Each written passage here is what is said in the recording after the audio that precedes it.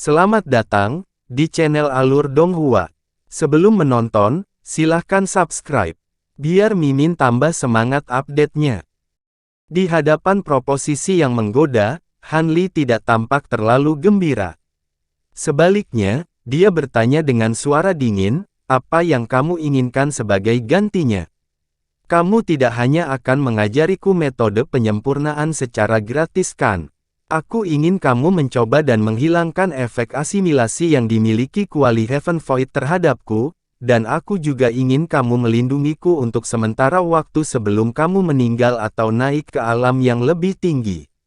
Aku sudah memiliki basis kultivasi kelas 8, tetapi saya telah berada di kuali Heaven Void selama ini, jadi saya belum dapat mengalami kesengsaraan kilat metamorfosis saya. Akan sedikit berbahaya untuk menghadapi kesengsaraan itu sendiri, jadi kemungkinan besar membutuhkan bantuanmu untuk melewatinya. Itu saja, ekspresi Han Li tetap tidak berubah. Jika aku meminta lebih dari itu, kemungkinan besar kamu akan mempertimbangkan untuk membunuhku. Binatang langit tak berujung terkekeh.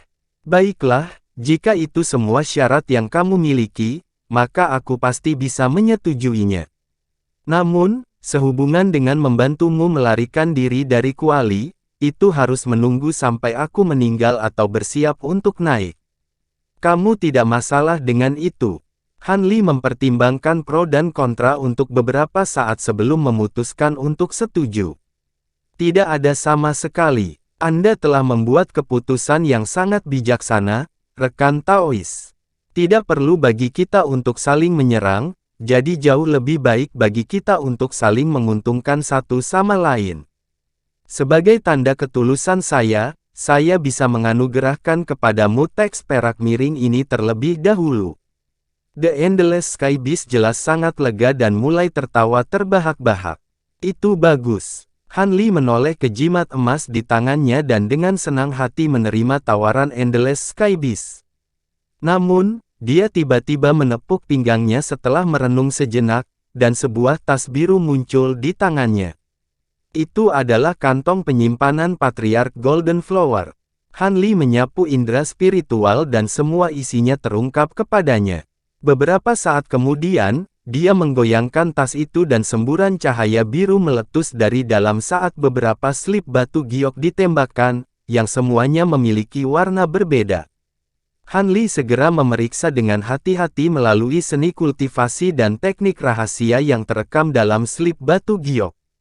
Beberapa saat kemudian, Han Li mengangkat alisnya dan menarik indera spiritualnya dari slip batu giok terakhir, di mana ekspresi bingung muncul di wajahnya. Dia belum menemukan apapun yang berhubungan dengan jimat emas ini dari dalam slip batu giok ini.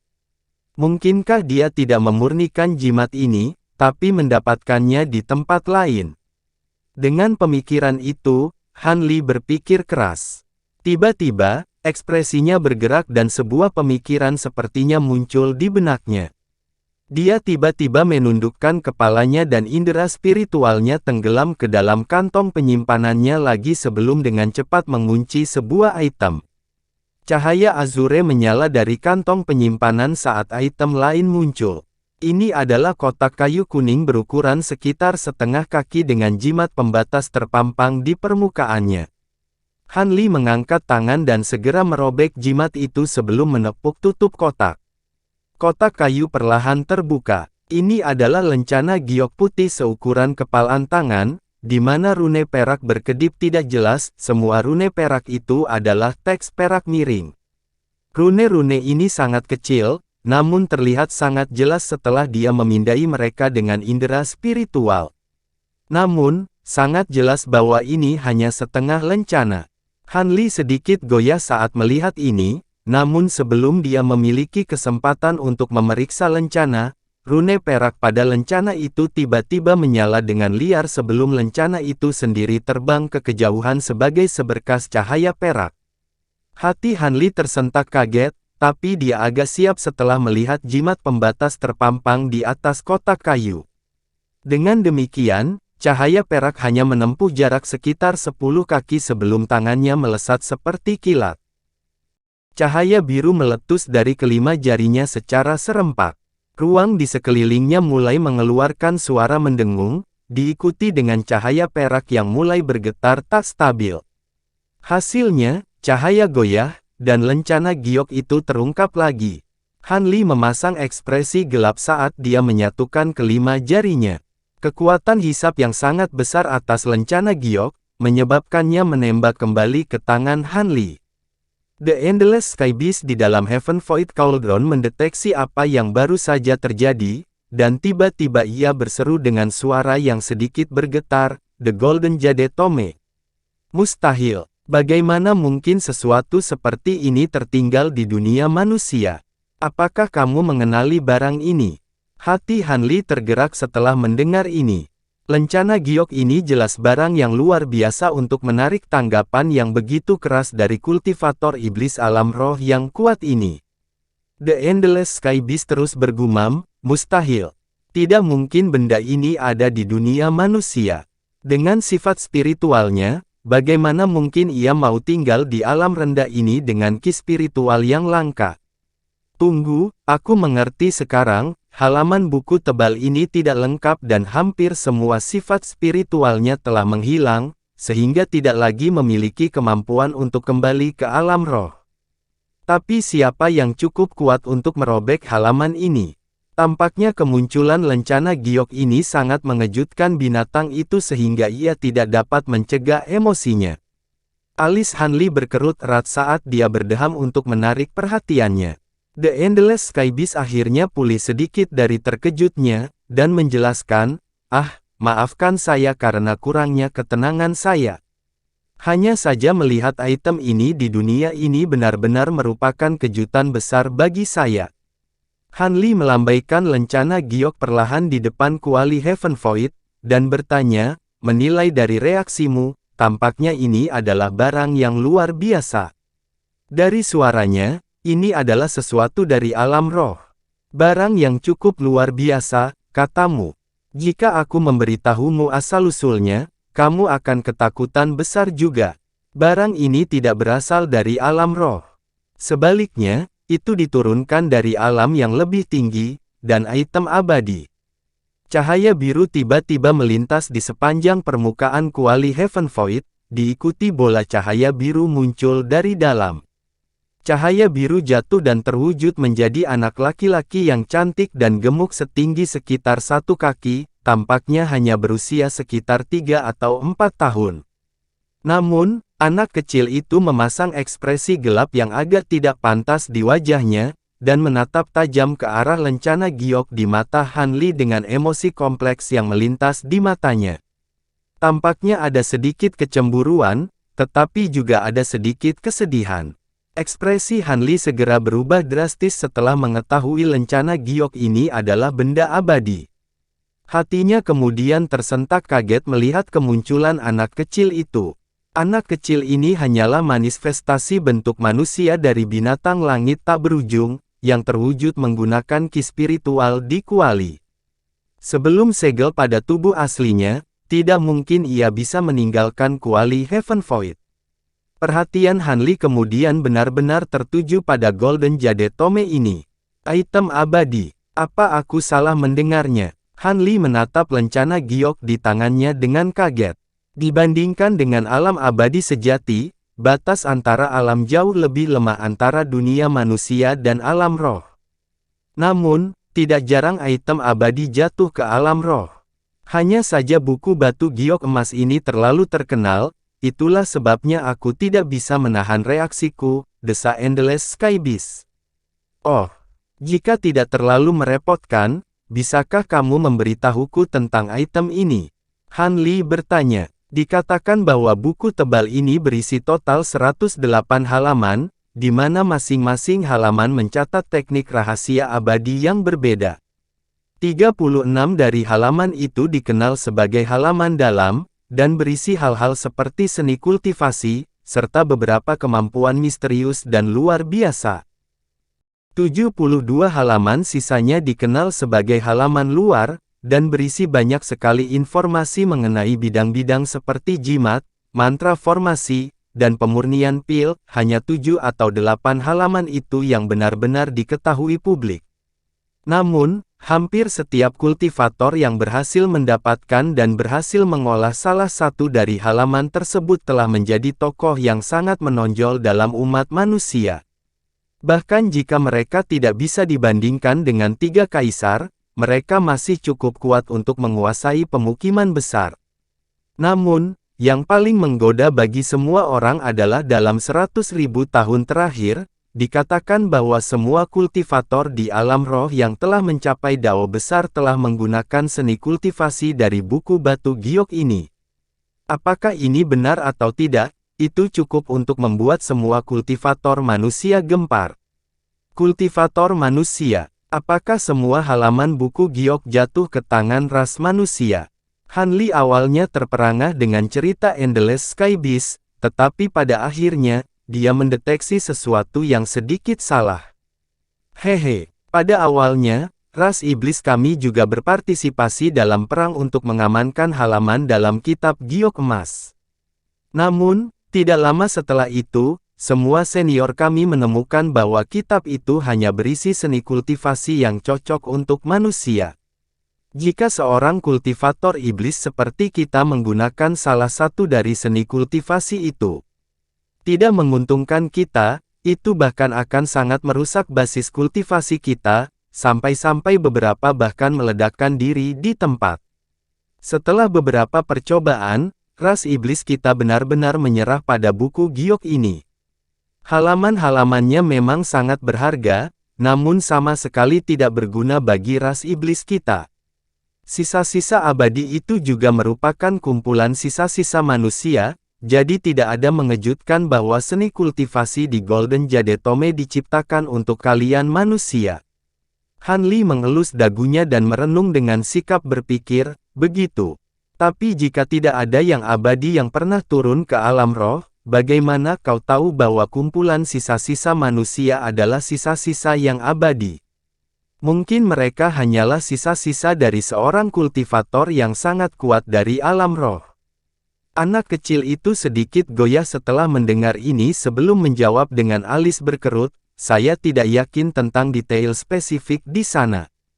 Peristiwa ini terjadi sangat lama sekali dan saya belum mengembangkan kecerdasan apapun saat itu, jadi bagaimana saya bisa melakukannya? Namun, yang saya yakini adalah bahwa pada saat itu, banyak makhluk paling kuat di antara ras manusia dan iblis berkumpul bersama untuk memverifikasi bahwa itu memang sisa-sisa makhluk abadi, jadi saya hanya dapat berasumsi. Han Li mengelus lencana batu giok di tangannya dengan satu jari dan saat dia melihat rune perak yang berkedip di permukaannya, dia tidak bisa menahan diri untuk bertanya, jadi, apakah halaman ini salah satu halaman dalam? Halaman dalam ditulis dalam teks segel emas, sedangkan halaman luar ditulis dalam teks perak miring. Teks segel emas adalah teks yang bahkan lebih tidak jelas yang bahkan lebih sedikit orang yang mengenalinya, jawab anak kecil itu dengan sedikit senyuman di bibirnya. Ini adalah teks perak miring, jadi itu pasti salah satu halaman luar, dan itu juga hanya setengah halaman. Han Li tidak terlihat kecewa setelah mendengar ini. Sebaliknya, itu tidak terlalu penting baginya.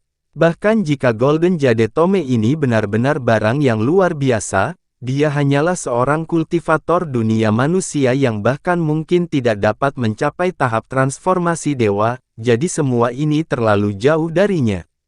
Baginya, tidak masalah apakah ini salah satu halaman dalam atau salah satu halaman luar.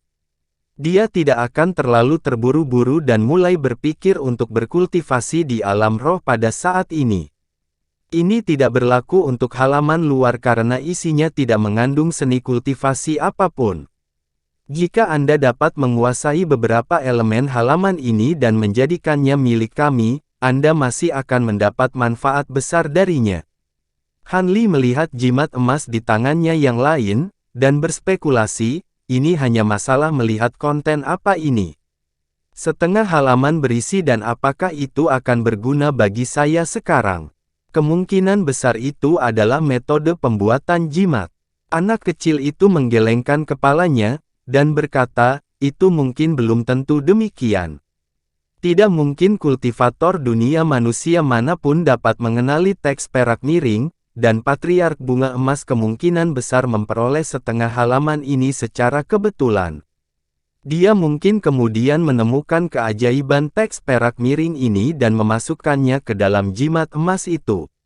Lagi pula, ini adalah benda abadi, jadi meskipun hanya meniru teksnya, itu masih bisa menghasilkan efek yang luar biasa. Jika itu masalahnya, maka aku benar-benar harus membaca setengah halaman ini saat aku punya waktu. Bagaimana kalau kamu memberiku teks perak miring sekarang? Han Li berkedip dan bertanya. Aku bisa melakukan itu, tapi aku punya syarat, setelah kamu mengumpulkan isi dari setengah halaman, kamu harus meminjamkannya kepadaku juga. Lagi pula, ini adalah salah satu halaman luar, jadi bahkan kultivator setan sepertiku dapat mengambil manfaat darinya, balas anak kecil itu. Tidak masalah. Namun, Anda adalah seorang kultivator alam roh dengan pengetahuan dan pengalaman yang jauh lebih unggul dari saya, jadi Anda harus memberi saya salinan atau pengamatan Anda jika saya melewatkan sesuatu dari setengah halaman ini, jawab Han Li. Itu bukan masalah. Namun, teks perak miring dan teks segel emas keduanya dikenal sebagai teks roh sejati, dan dikatakan bahwa itu adalah teks abadi yang diturunkan dari alam abadi sejati. Setiap karakter mengandung kekuatan luar biasa, dan jika itu harus diukir pada slip batu giok biasa, slip itu akan segera meledak. Tidak ada cara bagi saya untuk memberikannya kepada Anda melalui komunikasi spiritual, jadi saya hanya bisa menggunakan metode yang paling dasar dan kasar, dan mengajari Anda karakter demi karakter. Itu akan menjadi tugas yang sangat menyita waktu, jelas anak kecil itu. Kita punya banyak waktu, butuh setidaknya 2 bulan untuk sampai ke pulau berikutnya, jadi kamu bisa meluangkan waktu dan mengajariku selama perjalanan kita ke sana. Han Li membalik tangannya dan meletakkan kembali lencana giok ke dalam kotak kayu. Dia kemudian memasang kembali jimat itu ke dalam kotak sebelum menyimpannya ke dalam kantong penyimpanan. Setelah melakukan semua itu, dia menoleh ke anak kecil di depan kuali sambil tersenyum. Senyum kecut muncul di wajah anak kecil itu setelah melihat ini. Baiklah, kalau begitu mari kita mulai sekarang. Teks perak miring pertama kali muncul ketika ditemukan telah tertulis pada beberapa benda abadi yang jatuh dari alam abadi sejati ke alam roh. Sosok perkasa dari alam roh kita kemudian menghabiskan banyak waktu dan usaha untuk perlahan-lahan mengkompilasi dan menguraikan teks ini. Definisi yang diturunkan mungkin sedikit berbeda dari apa yang awalnya dimaksudkan, tetapi mereka pasti tidak akan terlalu jauh. Saya akan mulai dengan 100 atau lebih rune yang paling umum digunakan untuk pembuatan jimat. Anak kecil itu mulai mengajari Han Li tentang teks perak miring saat mereka terbang di udara. Han Li tidak akan menyia-nyiakan kesempatan yang begitu berharga, dan dia mendengarkan dengan penuh fokus. Anak kecil itu juga seorang guru yang sangat sabar, menjawab pertanyaannya satu persatu. Jadi, 2 bulan berlalu dalam sekejap. Ketika mereka berdua akhirnya dekat dengan pulau berikutnya dalam perjalanan mereka, Han Li hampir menguasai dasar-dasar teks perak miring. Pada hari ini, Han Li baru saja selesai mendengarkan pelajaran anak kecil itu dan perlahan mencerna informasi saat dia terbang di udara, ketika titik hitam kecil tiba-tiba muncul di permukaan laut di depan. Hati Han Li tergerak saat melihat ini dan dia segera berakselerasi, mencapai titik hitam itu dalam sekejap mata. Setelah mendekat, Han Li menemukan bahwa ini adalah pulau kecil dengan luas hanya sekitar 35 km persegi. Itu benar-benar kecil dibandingkan dengan pulau-pulau yang telah dilihat Han Li sebelumnya dalam perjalanannya. Namun, pulau kecil-kecil ini memancarkan ki spiritual yang samar, menunjukkan bahwa ada ki spiritual kecil di pulau itu. Tentu saja, kualitas urat roh ini secara alami adalah kaliber yang sangat rendah. Han Li melayang di udara beberapa ribu kaki di atas pulau dan melihat ke pegunungan di bawah. Wajahnya tetap tanpa ekspresi sama sekali, namun ada jejak nostalgia yang tak tersamarkan di matanya. Kembali ketika dia meninggalkan pulau, dia bahkan belum mencapai tahap formasi inti. Namun, melewati pulau itu sekarang, dia sudah menjadi kultivator hebat Nas Chen Sol. Memikirkan kembali, ini adalah transformasi yang cukup mengejutkan.